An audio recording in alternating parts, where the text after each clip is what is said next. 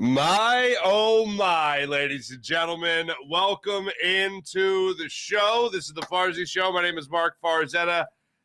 Absolutely incredible, magical, insane night in South Philadelphia at Citizens Bank Park. Michael Lorenzen throws a no-hitter in his second start with the Phillies in front of his mom, in front of his wife, his daughter, and a packed CBP. I can't get over the emotion. I can't get over the emotion of it. It's absolutely incredible. This guy wasn't even a Philly a week ago, and here he is with literally probably the two best starts of the season. Like Zach Wheeler took a no-hitter in the seventh inning, eighth inning. Aaron Nola took one in the eighth inning.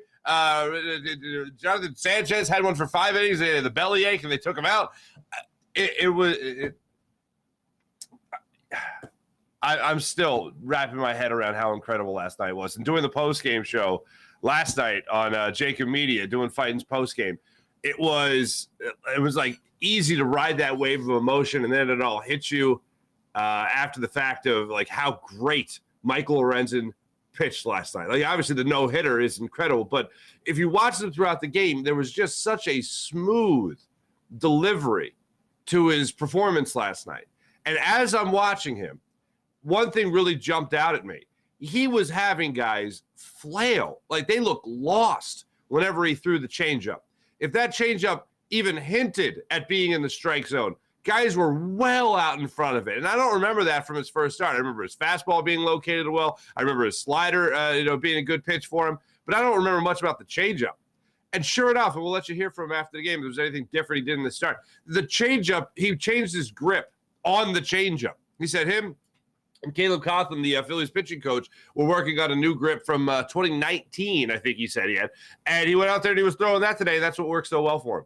That was one of the big differences. This was why he was able to have more success than he had in the first game as a Philly, where he still went 8 innings, by the way. He now has more 8-inning starts than anybody on the Phillies roster this season with 2. Everyone else that has one. He's got 2 now. It's unbelievable. He said he didn't shake off JT Realmuto. He just watched JT Realmuto and followed his call. Said the fans were so loud in the 8th and 9th inning that he couldn't even hear pitch cop. Couldn't even hear it. He had to dial it all the way up and really listen for it.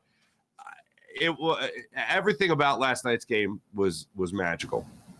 From the no-hitter to Nick Castellanos hitting his 200th home run, 2 home runs in the ballgame, number 199 and number 200 on his career.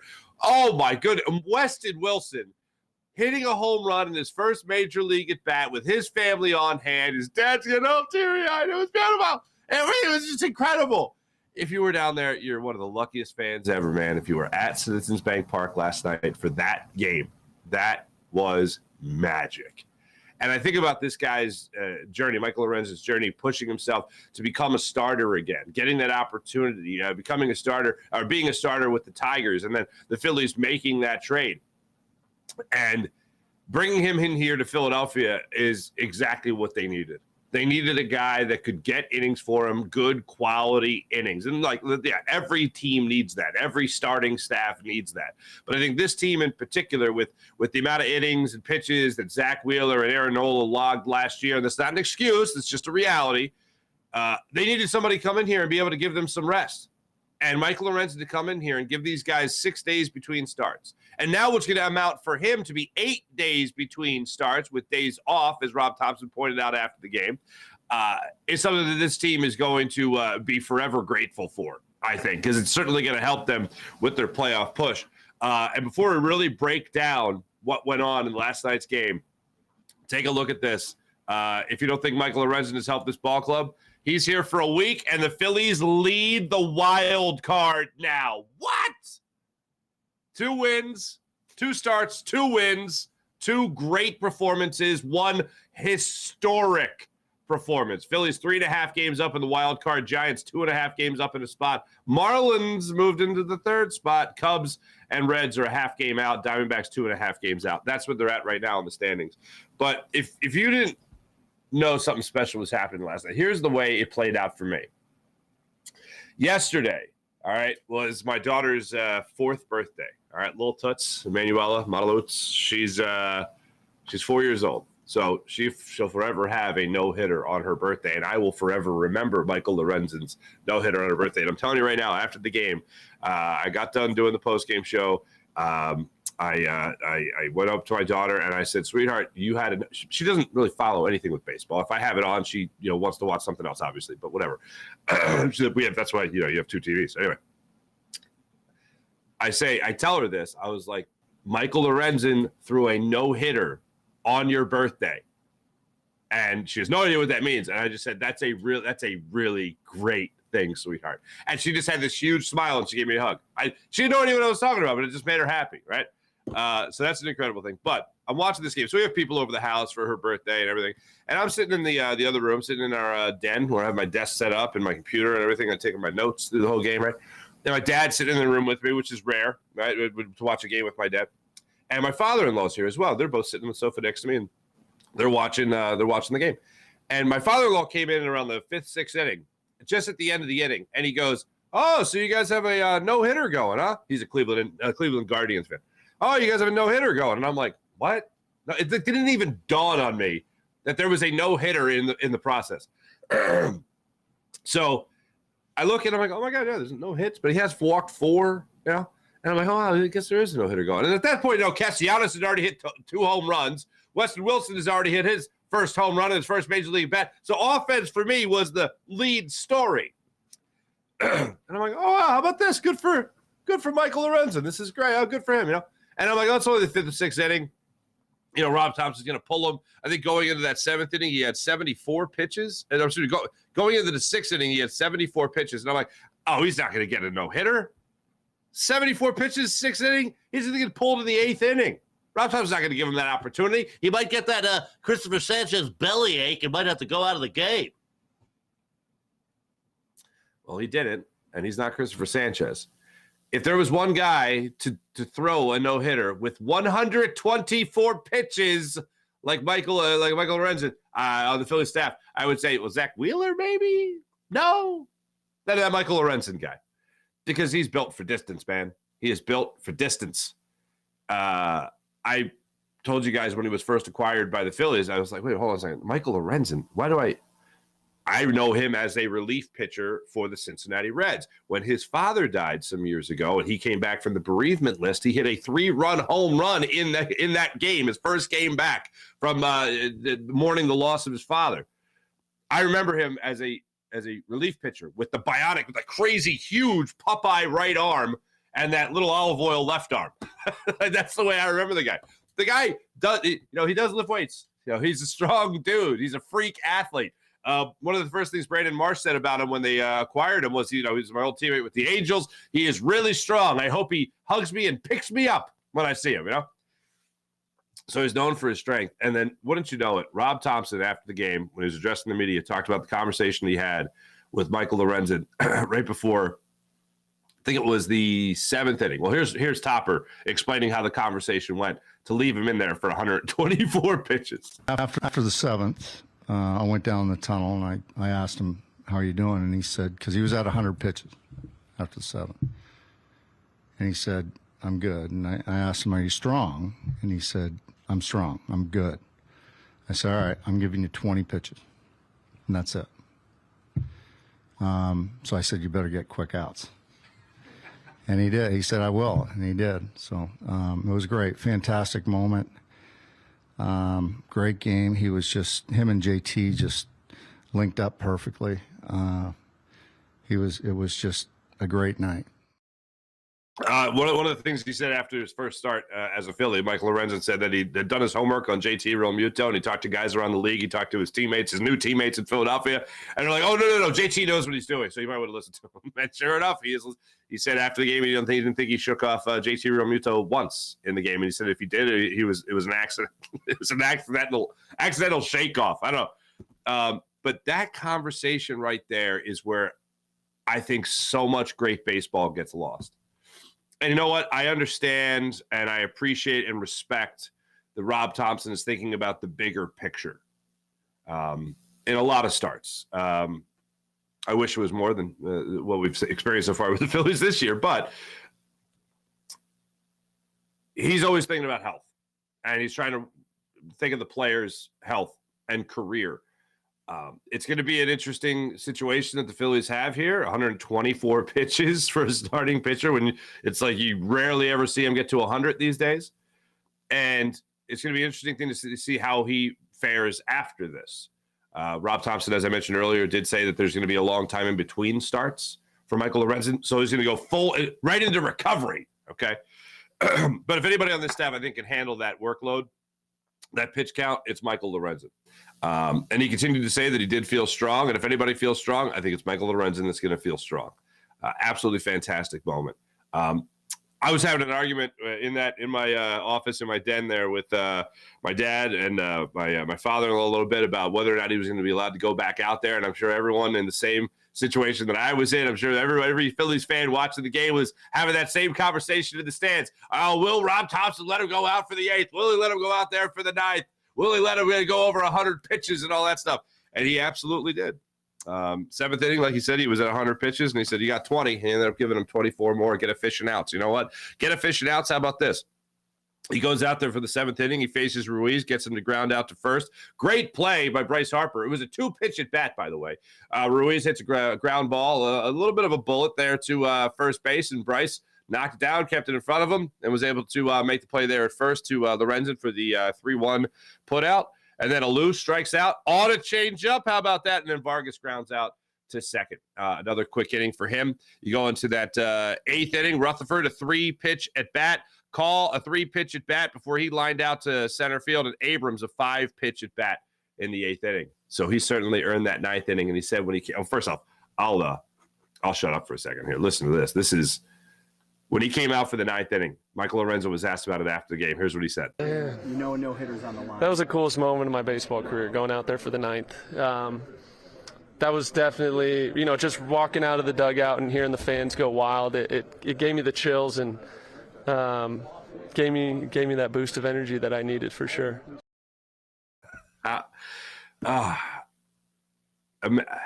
First off, sound courtesy NBC Sports Philadelphia. When he walked out of the dugout to go to the mound and you saw everybody stand up, I got chills. And him right there saying it was the coolest moment of his career, I think shortly followed by the next coolest moment of his career, is pretty insane. And for him to acknowledge the fans after the game like that and simply say, that's what gave me the boost and the energy I needed to finish that game, absolutely unbelievable. Credit to NBC Sports Philadelphia for doing a fantastic job in presenting that game in that moment last night. I don't think it's the first time I've seen this. I think they did it for Nola, and I think they did it for Wheeler, but just for the day and age, when I was a kid growing up watching baseball, you just didn't talk about a no-hitter. Nobody talks about a no-hitter. You got a no-hitter going? Nobody talks about it. One of the funniest instances was, I think, David Wells' perfect game for the Yankees. I remember him doing a hit with Letterman. He was a guest on Letterman after the perfect game, and he said, I think was it David Cohn? One of the other pitchers kept talking to him. Like, you don't talk to the pitcher in the middle of no-hitter, and you don't mention no-hitter. But David Cohn apparently was going up to David Wells and during the perfect game and going, why don't you throw the curveball more? You should throw the curveball. What are you doing? You should throw the curveball more. And just kept on hounding him with that. It's one of the funniest thing because he broke the code. Now everybody breaks the code. I don't know if anyone's talking to the pitcher other than the manager anymore, but nobody mentions a no-hitter. And on the broadcast last night, and as I was saying, I think they did the story Nola. I think they did the story. I think they even did the story Cole Hamels. They put no-hitter, like no-hitter alert. It's like, oh, all the traditionalists, no, don't talk about no-hitter. You might jinx it. They didn't jinx it last night. And I tried jinxing the Astros last year during the World Series with Valdez pitching the way he was and everybody else pitching the way they were when they came out in relief in that game. And you just can't jinx it. Jinxes aren't real. They aren't real, folks. I hate to break it to you. Wow. Such a historic night. A lot of history packed into one. Absolutely packed into one. Here's how big last night was. There was a fight at training camp, and it's like no one cares. That's what happened at Citizens Bank Park last night. What an incredible night. Now, one thing was pretty wild. One thing. Rob Thompson said there was a scenario. Because, look, 124 pitches, he let the big dog eat, okay? He let Lorenzen go out there and do his thing. But 124 pitches, what would have happened if he would have went out and started walking guys? At what point? So right before his final out, Rob Thompson had this internal, before he got Smith to fly out to center field to Rojas, who was incredible in center field last night. He had this internal conversation with himself about, what if I have to take this guy out? What if he walks Smith? I got to get him after that. So here's how that conversation went down. I think John Clark asked the question after the game. If he walked the last batter there, that you may have had to go out? Well, I may have had to wear a bulletproof vest, but I may have had to just to save him. So he's got a long layoff in between starts now, full recovery. The defense, by the way, last night behind him, there was no one play that really stuck out to me. Like usually during this run, during a no-hitter, a perfect game, whatever, there's usually like one like miraculous play that had no business being made and it was made. Odubel Herrera's play in center field with Cole Hamels no-hitter. That was just Odubel being Odubel, right? I think it was Dwayne Wise for Mark Burley. That's the play that really sticks out to me for no-hitters and stuff like that. I can't remember if it was Aaron Nola or Zach Wheeler where Kyle Schwarber made one hell of a play in left field to preserve that no-hitter. Oh, stuff like that. But last night there was no one single solitary play that went, oh, wow. The closest thing to it, I think, like Rojas, like I said, was all over center field. He got to everything in center field. Johnny on the spot there. Weston Wilson made a great play against the wall in the early goings of the game to get an out. That was in foul territory, but he made the out. So that was great. He was playing left field yesterday. Alec Boehm made a play, I want to say in one of the middle innings of the game last night, that was just fantastic. Third inning, Lane Thomas grounds the ball deep into foul territory. It bounced into foul territory, and Alec Boehm charged it, gloved it, fired to first, and got the out. And credit to Bryce Harper for making a great stretch on that play as well to get Thomas. That was in the third inning to preserve the no-hit bid. And then Harper, I mentioned his great play there in the eighth inning to get to a baseball, or seventh inning to get to a baseball to knock it down, keep it in front of him, make sure they got that out. And the other thing to point out here is that the lineup last night was not conducive of what you would think for a no-hitter. Like Bryson Stott didn't play in the game, so he wasn't at second. You had Edmundo Sosa at short, so yeah, maybe an upgraded shortstop defensively, even though Trey Turner's been playing well lately. You had Harper at first, which we know by at this point, and he's a pretty solid first baseman. How about that? You had a guy making his major league debut in left field. And another guy that actually made some good plays last night, albeit they ended up fairly routine, but he got to where he needed to be, was Nick Castellanos. Nick Castellanos was fantastic. Or Nick Castellanos has been fantastic. Nick Castellanos has been Gold Glove worthy in right field since the playoffs last year. Pretty spectacular night. Pretty spectacular night. You could certainly feel it coming through the TV. And I was looking at fans on the, because you guys know my routine. I have my morning espresso, and then I watch Action News from the night before. And their coverage of the event last night, of the game last night, were incredible. It was the lead story on Action News last night. Michael Lorenzen's no-hit bid. And they did a hit with the fans leaving the ballpark. There was one guy from the Netherlands that was like, this is my first game. This is incredible. Then another guy who looked like he was in his late, mid-30s, whatever. And he was like, this is my first game. This is incredible, that kind of thing. His father and his daughter there at the game. That was beautiful. And seeing his family in the stands and then holding his daughter up in the air on the field was just awesome. Just an incredible moment. And as I said earlier, I feel like those conversations that Rob Thompson had and Michael Lorenzen had about being efficient, or this is as many pitches I'm willing to give you, and making that decision to weigh a player's health, over the rest of their career, man, it's such a crazy thing. I could potentially take away what it could be the greatest moment of your career. That's right there. It's knocking at your door. A no-hitter is on your doorstep. But you can't answer it because you're at 100 pitches. You can't answer it because, we can't have you go over 110 pitches, whatever. It's right there. How do you say to a guy, don't answer that door because you might get hurt? I give so much credit to Michael Lorenzen for really selling it to Rob Thompson. And also, if you don't have the days off, if you don't have a 6-man rotation, Michael Lorenzen is probably not coming out of that game, or probably not getting the opportunity to finish that no-hitter. And that was the debate going on in my living room, more or less. My dad saying, he's going to leave him. He's going to leave him. I was like, I doubt it. I doubt he's going to come up with another phantom bellyache. He's not going to let him finish the no-hitter. He's not going to let him get to the 8th inning. But I was like, well, they got a 6-man rotation now. Michael Lorenzen's built for this. You let him go out there.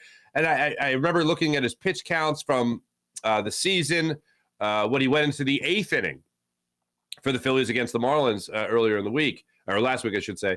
And Rob Thompson, most of his starts were in the 80 to 95 pitch range. The fact that he got to 100 against the Marlins, okay, good for him. It's great. He pitched 8 innings, got 100 pitches. That's great. And then to see him go out there for the 8th and 9th inning was pretty spectacular. Here's Michael Lorenzen overall on his no-no. Think about this. What are your emotions right now going through this? It's unbelievable, to be honest. I've always dreamt about being able to throw a no-hitter and having the opportunity. And, Skip gave me that opportunity to go 120-plus pitches. And, man, it was incredible. Hats off to JT for Game 2 and me, again, not shaking at all and just being on the same page. And I'm just blown away. What was keeping right? JT, to be honest. I didn't really have great stuff. My changeup, I will say we made an adjustment. Caleb helped me with the changeup. Showed me a grip from back in 19, and my grip for the past 2 years was different. I didn't realize it. So we went back to that grip, and the changeup played really well for me tonight. Boy, did it. I couldn't be happier for the guy. I couldn't be happier for him. I couldn't be happy for the Phillies. I couldn't be happier for the fans that were in attendance last night. Phillies fans everywhere. They got to watch that kind of night. As far as some other things from last night that really stuck out to me, one was Weston Wilson's home run. That was absolutely unreal to have that kind of moment. The guy, what did I say? He's got 25 home runs, 26 home runs with the Lehigh Valley Iron Pigs this year. Gets the opportunity to come up. I thought he'd make his debut in the doubleheader. He did not. Made his debut last night. Steps up to the plate and absolutely demolishes a baseball. It was no cheapie last night for Weston Wilson either. 429 feet to left center field to give the Phillies a 4-0 lead, a solo home run to lead off the second inning. He pounced on that pitch. And then, how about this? This guy goes up there later in the ballgame. He works the walk, worked 2 walks in the game, as a matter of fact. So they're already afraid of him. You know what I'm saying? They're already afraid of him. Looking at the 7th inning, he goes up there, he works the walk. Sosa goes up there, he takes second on a wild pitch. Then Sosa gets hit by a pitch. Rojas strikes out. Turner goes and grounds into the fielder's choice. And then Alec Boehm comes up with the RBI single to score Weston Wilson. It was a 7-0 ball game at that point. That's the way it would end. But earlier than that, something else that was pretty wild was in the 4th inning, Wilson goes up there, works his first walk. Sosa flies out. Then Rojas steps up to the plate. Weston Wilson steals second base. He takes a base for himself, puts himself in scoring position, and then scores when Yohan Rojas hits that broken bat bloop single to shallow left field. And that made it a 6-0 game. Magic for Weston Wilson. And then Nick Castellanos. How about this? Nick Castellanos last night in his first 2 at-bats faced 2 pitches. Okay? Faced 2 pitches, saw 2 pitches, hit 2 home runs. Both of them were fastballs high in the zone that he walloped out of the ballpark for home runs for number 199 in his career and number 200 on his career. It was 3-0 after the first inning. Wilson made it 4-0. Castellanos in the third inning, again, another high fastball, 365 feet to right field. He went oppo on that one. 5-0 Phillies. They go 6-0 there in the fourth inning on the Yohan Rojas RBI bloop single, broken bat single, and then Alec Boehm tops it off with the RBI single in the seventh to make it a 7-0 game. Here's a sugar on top. Okay, here's a cherry on top of all this. Ready for this? Okay. Michael Lorenzen credits the fans for giving him that boost in the ninth inning. Coolest moment of his career until 3 outs from then when he had the coolest moment of his career. And since the Philadelphia fans have given Trey Turner a standing ovation, since they welcomed him back from what may be rock bottom in that Marlins series and standing in his locker and saying that he cost the team a win and going into the batting cage until midnight, taking hacks. Since he came back to South Philly and got those standing ovations, he's a .391 hitter. Philadelphia fans might have helped a no-hitter last night, and they might have turned around Trey Turner's season. Just say, best fans in the world, maybe. Maybe. Just, I think the evidence is there. I think the evidence is certainly there. Wow. Nothing short of wow. And by the way, the Braves did win last night. I'm seeing some people talk about the Braves in the comments there. Yeah, it's pretty remarkable to think about what was done. Can't get over it. Today, Aaron Nola gets the ball for the Phillies. I know he's not exactly a guy a lot of people are looking forward to see pitch today, but hey, maybe he answers the call. It'll be a 6:40 start time today. Phillies will try to win this series with the Washington Nationals. Aaron Nola gets to start against Patrick Corbin. Nola, funny enough, hasn't made a start against the Phillies this year. Or excuse me, of course he hasn't. Made a start against the Nationals this year. So hopefully he does well in his first start. Phillies are also back to 11 games over 500. They lead the wild card at this point. So they are sitting pretty right now, heading into the middle of August. So they got this series wrapped up today with the Nationals, 6:40 start time.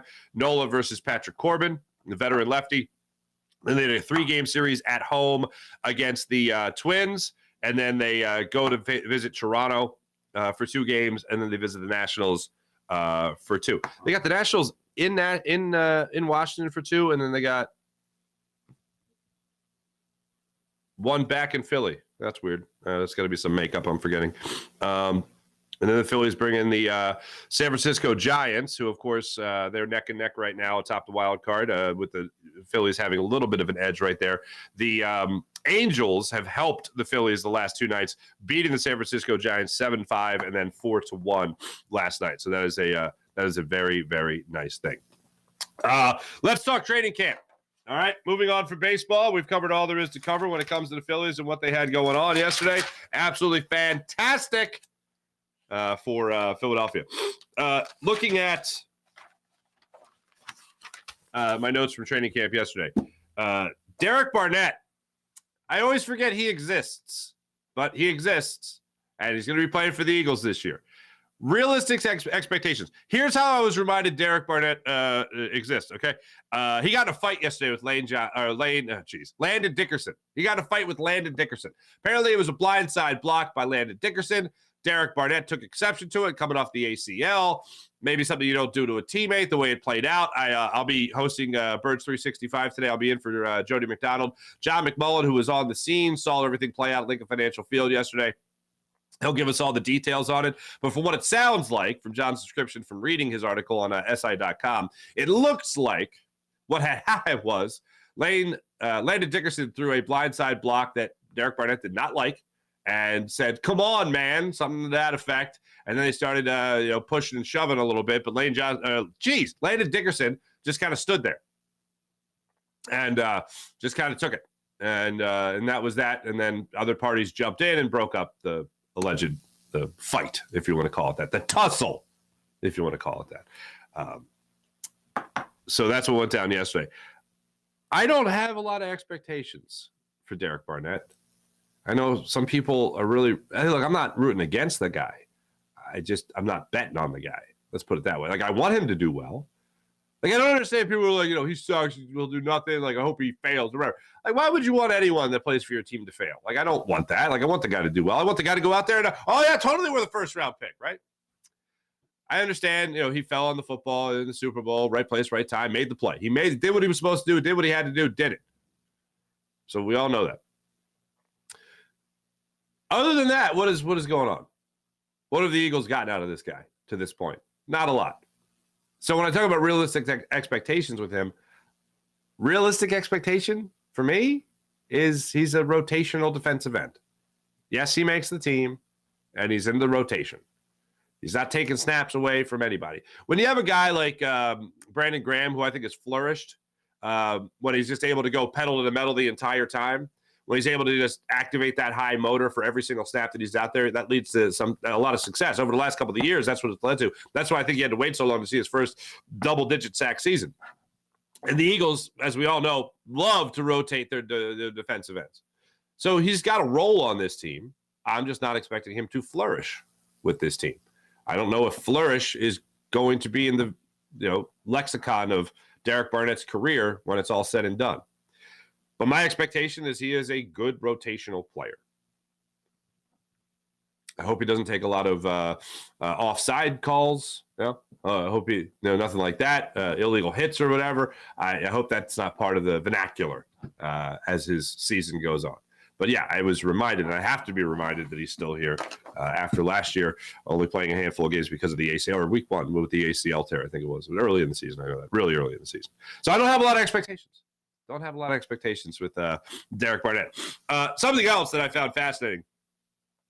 Miles Jack was considering going into trade school before he signed with the Eagles. He was like, maybe I'll be a plumber or electrician. He said, during a zombie apocalypse, I want to know that I could build something. You want to have a skill that is, translate to survival. Hey, man, go live in the woods. Go watch that. What's his name? Bear Grylls, whatever his name is, right? That guy. See what he's got going on. But that was the option. I think about these guys like you guys know I'm a big Indiana Jones fan, right? So Harrison Ford's a carpenter. Like guys that are really famous for like being athletes or being actors, then they have these incredible like skills of doing other things. It's pretty remarkable. And Miles Jack apparently just wanted to do something that he could do to survive during a zombie apocalypse. All the Walking Dead fans, if you're still out there, I'm sure they loved every second of that. Plumber or electrician for Miles Jack. And then Howie Roseman called and said, come on down. Nakobe Dean, by the way, speaking of linebackers, Nakobe Dean, ladies and gentlemen, somehow magically was back in practice yesterday. Ain't that funny? He was back running around with the team there with that ankle injury, with the additions of Zach Cunningham and Miles Jack. Funny how that works, right? Miles Jack did get some more first-team reps. Nakobe Dean, of course, was getting first-team reps as well. And one thing that I found very surprising, and I'll pick John's brain about this later today, I saw John McMullen said yesterday after observing practice, if you had to pick from the stable of running backs, the running back by committee, who's the number one guy? It's not DeAndre Swift. It's Kenny Gainwell. This is not unlike the right guard position, because I feel like the right guard position is very similar to any battle in training camp that is pretty much already decided. But the coach isn't going to declare victory for a player before they've even played a preseason game. He's not even going to do it after they play one preseason game, maybe not even two preseason games. The coach isn't going to declare a winner until week 1 of the regular season. So Cam Jurgens is not going to be named the starting right guard of the Philadelphia Eagles until he has to be named the starting right guard of the Philadelphia Eagles. And Nick Sirianni said as much during his press conference on Sunday night before the open practice at Lincoln Financial Field. Well, why not just say that Cam Jurgens is your starting right guard? Well, because I don't have to. That's why. That's what he said. If you're a head coach, you want to make sure that these guys are battling through the very end. You're not just going to hand them something. So Cam Jurgens not being named the starting right guard is the same reason that Kenny Gainwell is not being named, RB1 to this point. Now, maybe when the official depth chart comes out, it'll be a little bit different, but you don't have to really name the guy until you start in the season. Why would you want anybody else in that running back room, whether it's Trey Sermon, whether it's Boston Scott, whether it's DeAndre Swift, whether it's Rashad Penny? Why would you want them thinking, oh, why do we even got to compete anymore? It's hurting this guy's won the job. First off, the running back room, I think, is so close in terms of talent and what they could do for this team, and the skill sets are so different that they could be running back one for an entire drive. And then, oh, all right, let's change it up. All right, let's get some. We had Rashad Penny in there. All right, hey, let's make sure we keep him healthy. That was a great job. All right, DeAndre Swift, get in there. All right, Kenny Gainwell, get in there. Oh, it's Giants week. Boston Scott, go trample the Giants. Stomp all over them. It's going to change up through the entire season. But the fact that there is one guy that seems to be getting more touches than anybody, in fact, there seems to be one guy that is getting those first down reps more so than anybody, those first team reps more so than anybody, it's Kenny Gainwell. I find that to be very interesting. I do think it's going to be, for the most part, situational. I do think, for the most part, it's going to be running back by committee.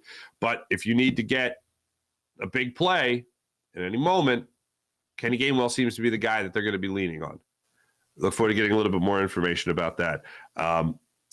Because one thing that I find really fascinating, and we haven't really talked about this, is so if Jason Kelce and Cam Jurgens are the same style of player, and that's what I've said. I don't like comparing the two because Jason Kelce is a Hall of Famer and Cam Jurgens has barely started his career.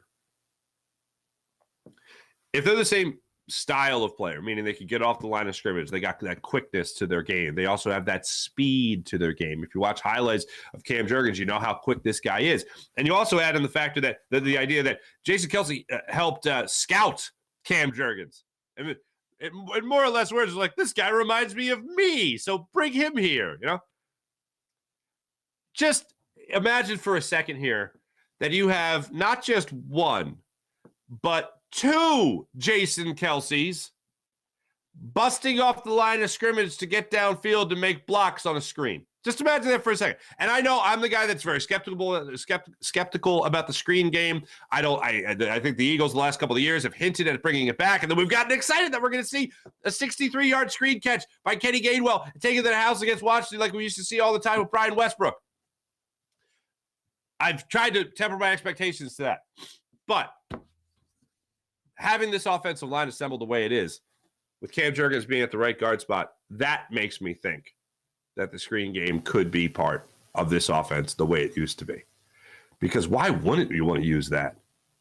Can you imagine Jason Kelce and Cam Jurgens pulling off the line of scrimmage, running to their left, and then sprinting downfield to block for Kenny Gainwell, DeAndre Swift, Rashad Penny, Boston Scott, whoever, Trey Sermon, whatever.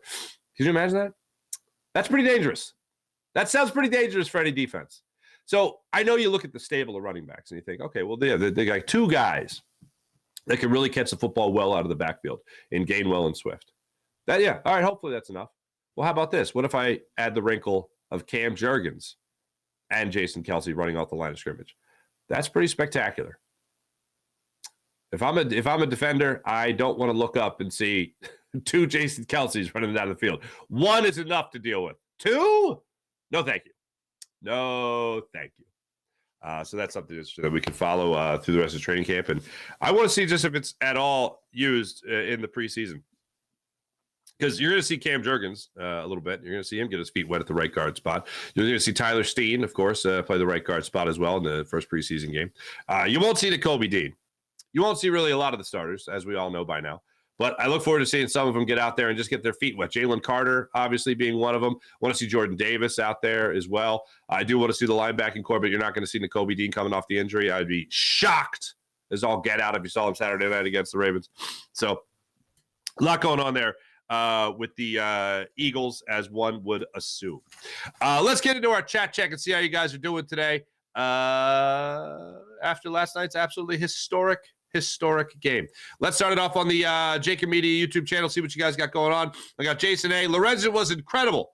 I concur. He was incredible. DK, that was a momentum win. Feels like they can somehow catch the Braves now. Braves won again last time. Last time I checked, it was 11 games. 10 games out of first place. Where are we at right now in the division? 10.5 games behind the Braves. Oh, wait, hold on.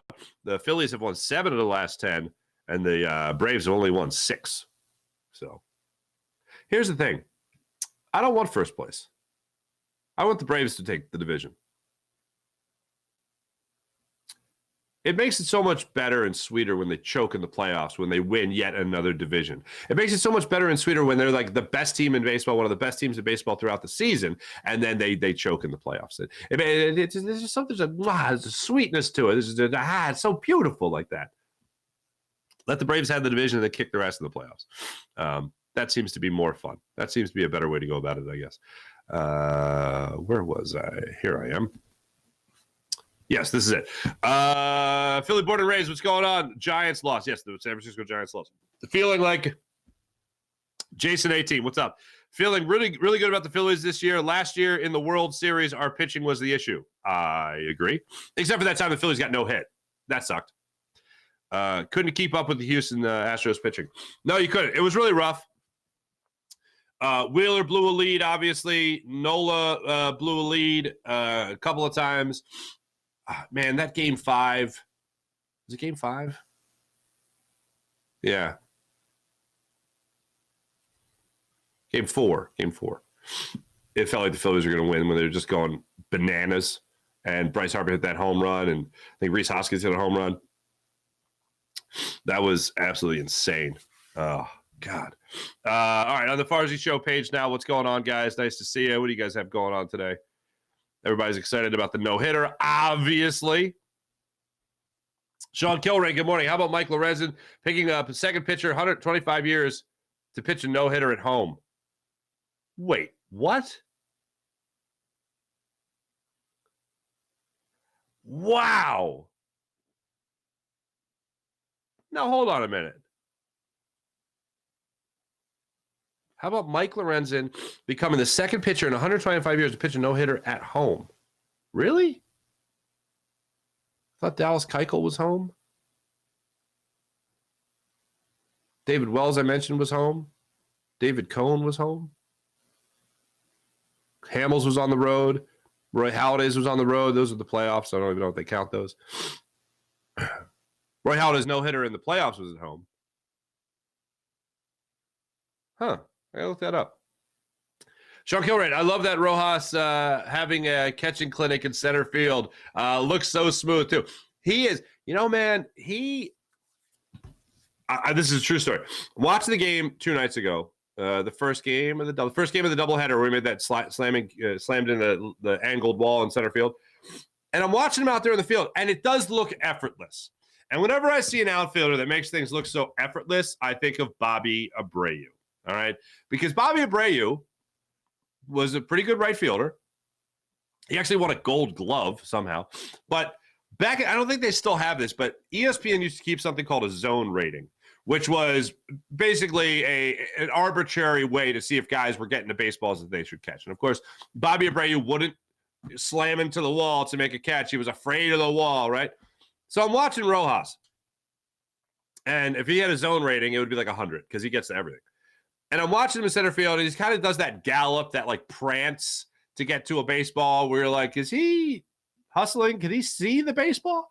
And then he'll just kind of, he's like a receiver in football where he has late hands when he catches the baseball, and he flips the glove out and makes the catch. So I'm like, this guy's kind of reminded me of Bobby Abreu. Like, he's almost too chill when he's fielding a fly ball. I'm like, kind of Bobby Abreu. Very next pitch that I have that thought, there's that long fly ball hit the deep center field. He rises up, leaps in the air, crashes into the wall, and makes the catch. And I'm like, definitely not Bobby Abreu. Not Bobby Abreu even a little bit. By the way, it is a bad rep for Bobby Abreu. He was a pretty damn good hitter. Got booed in his return to Philadelphia. Anyway, April. Good morning, April. First time the Nats had been no hit. Really? They suck most of the time. That's amazing. That's the first time they're no hit. Well, all their good players are elsewhere now, except for that Lane Thomas character. Sean Kilrain, 100%. What a game. Sean Gillespie, what's going on? April. My friend was there last night because she got tickets as a makeup from the game with the crazy long rain delay. So jealous. Wow, that is a hell of a deal. Got to imagine she wasn't the only one. April, happy birthday, little toots. Yeah, she had herself a great day, man. I mean, aside from her birthday now being a no-hitter day in Phillies history, which is pretty awesome. You know what we did yesterday? Because she loves animals, we took her to a petting zoo. We took her to a really nice, I don't know, hold on. I don't think it's a petting zoo. It's a pet sanctuary, okay? Farm animal sanctuary, and she got to hang out with goats. And I'm not talking about Jalen Hurts. She talked about, or Michael Lorenzen yesterday. So yesterday, she was holding goats, baby goats, right? I don't know what you call them. Calves? I don't know. Baby goat? I don't know. And she's holding the baby goat. She's petting the baby goat, and they start trying to eat her shirt. I'm not even kidding. It was hilarious. And then a camel. There's a camel. I don't think I've ever seen a live camel. I've never seen a camel live and in person. And the camel was just chilling, just hanging out. That was my day yesterday. Oh, then I watched the no-hitter. That's very nice, April. Thank you. I'll wish her a happy birthday from you. She knows you, of course. She said hello to you on the show before. I want to know, Fuji, who was working the game. Oh, was Fuji working the game last night, Sean? Was he working security?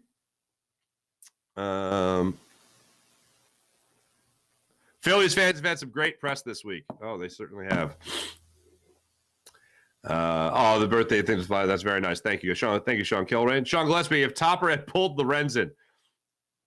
Look, I told you guys Christopher Sanchez during the tummy ache game.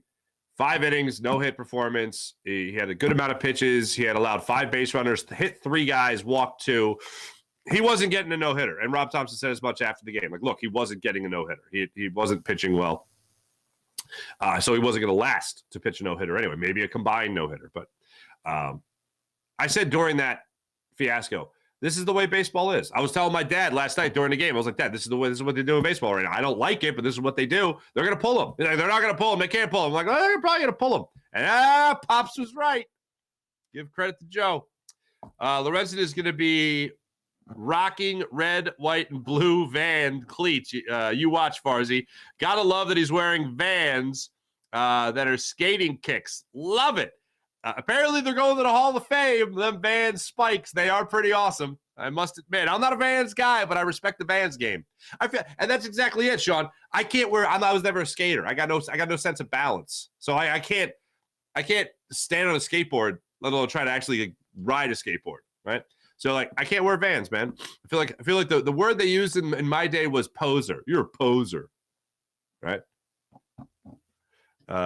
These baseball analytics, yeah. It's me, Sanchez. Happy birthday, Little Toots. Michael Lorenzen, Weston Wilson, officially Phillies legends, fitting during Wall of Fame week. Oh, there you go. Sean Kilrain, wild Weston Wilson performance was awesome. First home run, stolen base. Kid got to go. Got to do big things. Let's go. Sean Kilrain, Nola better feed off Lorenzen's performance last night.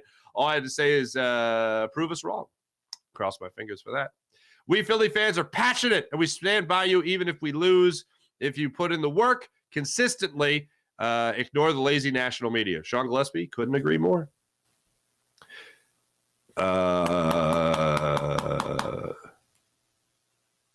Sean Kilrain, they will definitely be doing screens. Look at the talent from the running backs and the wideouts. You know, the bubble screens. I'm not even talking about the bubble screens, but I hear what you're saying. I actually hope they get away from the bubble screens. Like, I would rather, unless you're going to put like DeAndre Swift in there as a wideout, which Nick Sirianni kind of hinted at last week when he talked about DeAndre Swift having wide receiver hands, not running back hands. Found that to be interesting.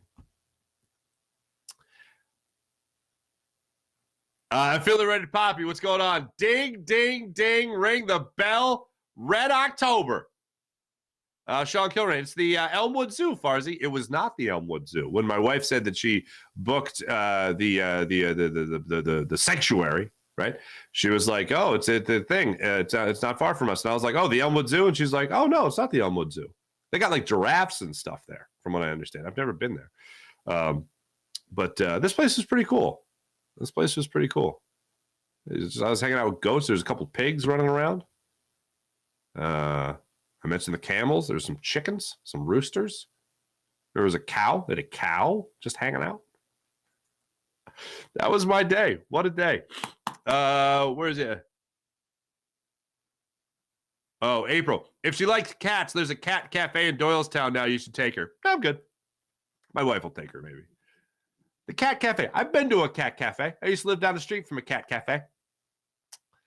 I'm not a cat guy. Apparently, cats are killing me slowly with horrendous asthma.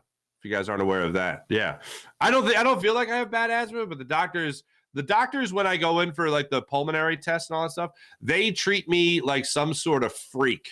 They're just like, they call in other doctors, be like, look at this freak and how his breathing is. That's insane.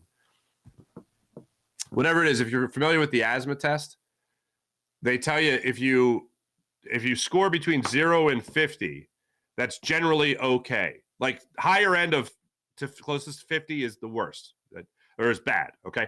When I take that test, I average like a 158. A 158. I'm not kidding you. And the doctors are like, is this guy a mutant? Is he even human? They start calling their friends from pulmonary school. This guy got a freak in my office. Anyway, Mike Fuji, happy birthday, Little Toots. Thank you so much. Fuji, how was it last night there, man? Sounds like it was absolutely insane. What a night. Thanks everybody in the chat. You guys are great. Here we go. What? Dylan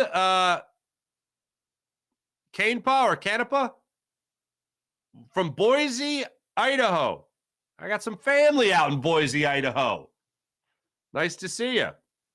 Baby goat is a kid. It's a kid. A baby goat is a kid.